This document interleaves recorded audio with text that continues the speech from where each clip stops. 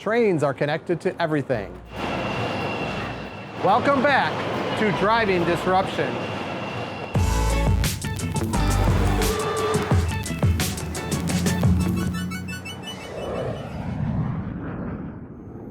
Bus systems are tightly connected to the train system.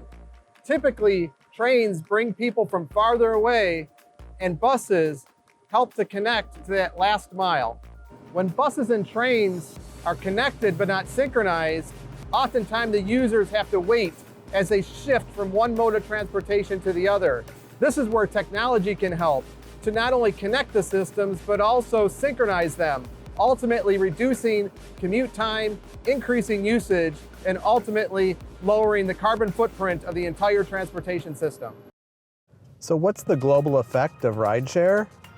First off, the customer experience is quick and easy. However, it brings additional congestion into the city centers. And frankly, it's driving up the CO2 per passenger mile.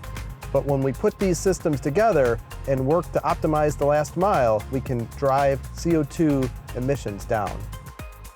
What is the last mile? The last mile is that final segment of the journey.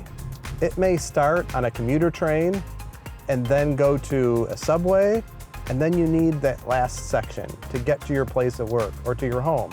And in some cases, that's walking, a scooter, or maybe even a rideshare. The introduction of rideshare has actually reduced the use of public transportation because of the convenience to the end customer.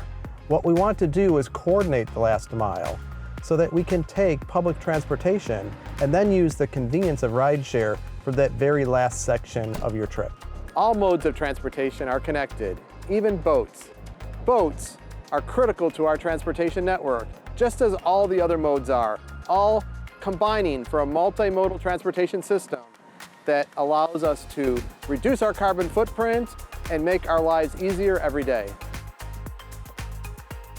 Everyday transportation is more connected than we might think. For more on getting from point A to point B, tune into this season of Driving Disruption.